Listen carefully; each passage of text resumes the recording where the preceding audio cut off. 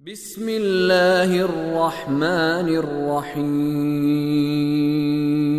وما يدريك لعله يزكى أو يذكر فتنفعه الذكرى، اور آپ کو کیا معلوم شاید وہ پاکیزگی حاصل کرتا یا نصیحت سنتا اور نصیحت اسے فائدہ دیتی۔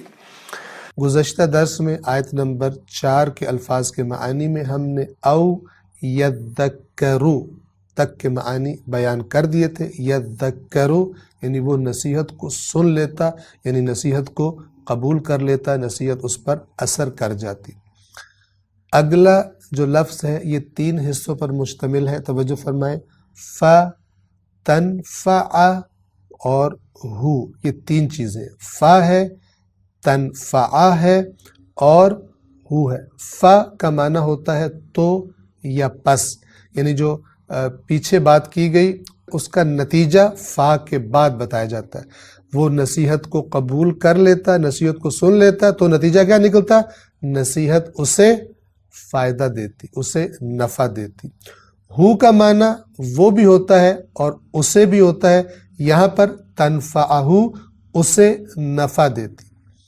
اب آپ لفظ تنفع کے معنی کی طرف توجہ فرمائیں کہ عربی زبان کا لفظ ہے، اس کے بنیادی حروف ہیں نون، فا اور عین۔ اردو میں عام طور پر اس کا تلفظ صحیح نہیں کیا جاتا، ہم کہتے ہیں نفع، جبکہ یہ لفظ اصل میں کیا ہے؟ فا پر زبر نہیں ہے، نفع نہیں ہے بلکہ نفع، فا ساکن ہے۔ اصل میں تلفظ کیا ہے؟ نفع و نقصان، نہ کہ نفع اور نقصان، کہ اگرچہ عام طور پہ اس کو بولا جاتا ہے اور زیادہ تر یہی رائج ہے، لیکن صحیح تلفظ، کیونکہ یہ لفظ عربی زبان کا لفظ ہے تو ہمیں معلوم ہونا چاہیے۔ نفع اور ضرر مثلا اس کی ضد ہے۔ نون، فا اور عین جسے ہم نفع عام طور پر بولتے ہیں، اس کا بنیادی معنی کیا ہے؟ توجہ فرمائیے، یہ لفظ ضرر کی ضد ہے، یعنی نقصان کی ضد ہے، اور عربی زبان میں اس کو ضر یا ضر، ضاد کی زبر سے بھی اور ضاد کی پیش سے، دونوں طریقے سے کہا جاتا ہے، ضر اور ضر، جس کو ہم اردو میں کہتے ہیں مثلا ضرر، نفع اور ضرر جو عام طور پہ بولا جاتا ہے۔ بس لفظ نفع نقصان کی ضد ہے، اور اس کا معنی کیا ہوتا ہے؟ عام لفظ جو ہم اردو میں استعمال کرتے ہیں وہ ہے فائدہ۔ نفع حاصل ہوا یعنی فائدہ حاصل ہوا، لیکن در حقیقت اس کا معنی کیا ہے؟ در حقیقت نفع وہ چیز نہیں ہوتی کہ جو حاصل ہوتی ہے، اصل جو دقیق معنی ہے اس کا۔ ہم نفع کسے سمجھتے ہیں؟ وہ جو پروفٹ ہمیں حاصل ہو گیا، وہ جو فائدہ ہمیں حاصل ہو گیا، لیکن در حقیقت نفع اس ذریعے کو کہتے ہیں جس ذریعے سے ہم اس چیز تک پہنچتے ہیں جو ہمارے لیے خوشگوار ہے، جس کو ہم نفع بولتے ہیں۔ یعنی نفع اصل میں وہ ذریعہ ہے، ہم ذریعے کو نفع نہیں کہتے بلکہ وہ جو چیز اس ذریعے سے ہمیں ملتی ہے اس کے لیے نفع کا لفظ استعمال کرتے ہیں۔ لیکن یہ بات آپ کے ذہنوں میں رہے کہ در حقیقت عربی زبان میں نفع اس ذریعے کو کہتے ہیں جس کے ذریعے مثلا جس کو استعمال کر کے جس راستے سے ہم کسی خوشگواری تک، اچھی چیز تک پہنچ جاتے ہیں۔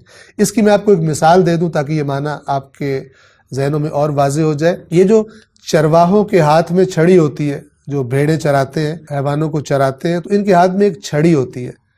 اس چھڑی کو عام طور پہ عصا بھی کہا جاتا ہے، جیسے کہ حضرت موسیٰ کے عصا کا تذکرہ قرآن کریم میں ہے۔ اس چھڑی کے لیے ایک اور لفظ استعمال ہوتا ہے جو اسی نون، فے اور عین سے ہے، اور وہ ہے نفعتن یا النفعتو۔ النفع، اب آپ خود توجہ کریں، آپ دیکھیں کہ چرواہ چھڑی سے کیا کرتا ہے؟ اس چھڑی سے اپنے لیے بہت سارے فوائد حاصل کرتا ہے، بہت سارے کام لیتا ہے چھڑی سے، تو ان کاموں، ان فوائد کے حاصل کرنے کا ذریعہ یہ چھڑی ہے۔ تو اس چھڑی کو اسی مناسبت سے النفعتو یا نفعتن کہا جاتا ہے۔ لیکن عام استعمال، حتیٰ کہ عربی زبان میں بھی نفع کس کے لیے استعمال ہوتا ہے؟ وہ چیز کہ جو فائدے کے طور پر انسان کو حاصل ہوتی ہے، اور وہ چیز کہ جس کا اثر انسان پر خوشگوار ہوتا ہے، گویا کہ اس کے پاس کوئی چیز بڑھ گئی. بس او یذکروا فتنفعہ الذکریٰ، یا وہ نصیحت کو سنتا یعنی قبول کرتا تو نتیجہ کیا نکلتا؟ وہ نصیحت اور وہ یاد دہانی اسے نفع دیتی، کہ میں نے عرض کیا کہ ہم اس کو نفع بولتے ہیں، وہ اس کو فائدہ دیتی. فتنفعہ کے بعد اگلا لفظ ہے الذکریٰ. توجہ فرمائیں، الذکریٰ بھی اسی ذکر سے بنا ہے اور اس کے بنیادی حروف بھی ذال، کاف اور را ہیں. بس معانی ہم نے اسی آیت میں یذکروا کے معنی بیان کرتے ہوئے عرض کر دیے. الذکریٰ مبالغہ ہے، یعنی بہت زیادہ جو چیز، بہت زیادہ ذکر کرنا، بہت زیادہ یاد کرنا، اس کو عربی زبان میں ذکریٰ کہتے ہیں. لیکن عام طور پر ذکر کے معنی میں بھی آ جاتا ہے اور ہم نے یہاں پر اس کا ترجمہ کیا نصیحت کا. او یذکروا فتنفعہ الذکریٰ، یا وہ نصیحت کو سنتا یعنی قبول کر لیتا. یذکروا قبول کرنے کے معنی میں اس یاد دہانی کو، اس نصیحت کو قبول کرتا. فتنفعہ تو نتیجہ کیا نکلتا؟ اور وہ نصیحت اسے، یہ نصیحت کیا ہے؟ الذکریٰ، یہ یاد دہانی، یہ نصیحت اسے فائدہ دیتی. تو الذکریٰ کا معنی کیا ہوا؟ دقیق معنی مبالغے کا ہے، بہت زیادہ یاد کرنا یا بہت زیادہ یاد رکھنا، لیکن سادہ یاد رکھنے اور ذکر کے معنی میں بھی یہ لفظ اور نصیحت کے معنی میں بھی استعمال ہوتا ہے. والسلام علیکم ورحمۃ اللہ وبرکاتہ.